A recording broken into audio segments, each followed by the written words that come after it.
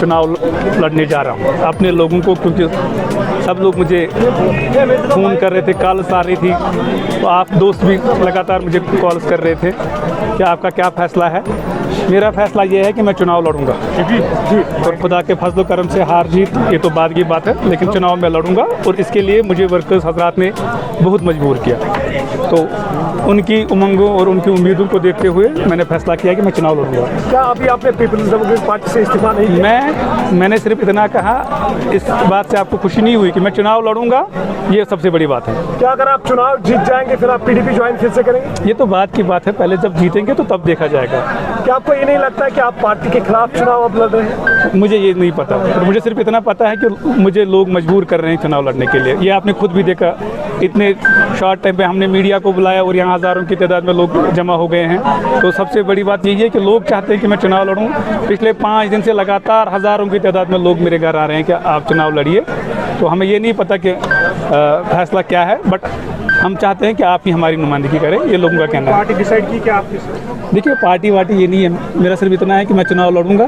पार्टियां तो ये लोग होते हैं, जब लोग मैंडेट देते हैं तो पार्टियां खुद ब खुद आ ही जाती हैं। गिला क्या है पार्टी से? गिला मुझे सिर्फ इतना है कि अगर पार्टी को कोई फैसला करना होता या किया तो उनको कम से कम मुझसे रब्ता करना चाहिए था कि हम जी ऐसा करने वाले हैं। शायद मैं मान भी जाता, क्योंकि मैं पावर के लिए नहीं आया हूँ। मेरा पैशन है, मैं सोशल वर्क करूं, लोगों का काम करूं। ये तो मैं किसी भी ओहदे पे कर सकता हूं। देखिए, मैं सबसे यंगेस्ट सरपंच बना, उसके बाद मैं यंगेस्ट एमएलए बना और फिर डीडीसी मेंबर भी बना। तो मेरे लिए इससे साफ जाहिर होता है कि मेरे लिए ओहदे मैटर नहीं करते। मेरे लिए सिर्फ ये मैटर करता है कि मैं किस तरह से लोगों की खिदमत कर सकूं। मेरा पैशन है सोशल वर्क।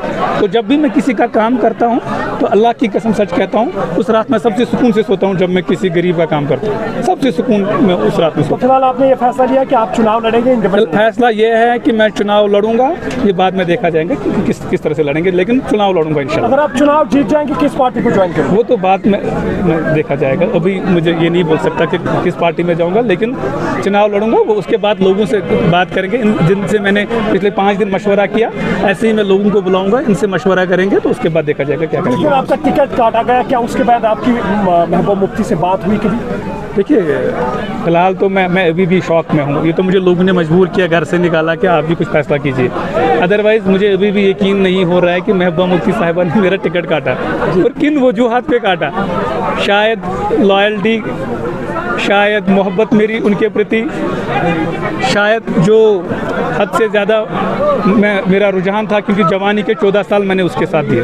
तो ये छोटी बात नहीं होती, ये बहुत बड़ी बात होती है। और अपने लीडर को आप जब छोड़ते हो तो ये काफ़ी दिल पे लगती है और शौक लगता है। इसीलिए मैंने अपने वर्कर्स को भी कहा कि कोई भी महबूबा मुफ्ती साहिबा के बारे में कोई बुरा बुला न कहे, मुझे अच्छा नहीं लगता। और मेरे सामने तो बिल्कुल भी नहीं। गिला मुझे है जो कमेटी बनाई गई थी, मैंने किसी से अप्रोच नहीं किया। ना मैं वीरी साहब के पास गया, ना मैं लोन साहब के पास गया, ना मैं बेग साहब के पास गया, ना मैं मदनी साहब के पास गया। मैंने इनको नहीं बोला कि मुझे टिकट दीजिए, क्योंकि मुझे इतना यकीन था महबूबा मुफ्ती साहिबा पे कि वो कम से कम मेरा टिकट नहीं काटेगी। क्योंकि मेरी ईमानदारी, मेरी मेहनत, मेरी लगन, वो देखते हुए मैं ये कह रहा था। इसलिए मैंने कोई वफद भी नहीं भेजा, कोई डेलीगेशन नहीं भेजा पार्टी हेडक्वार्टर को, उनसे कहिए कि मुझे टिकट दिए। तो मैं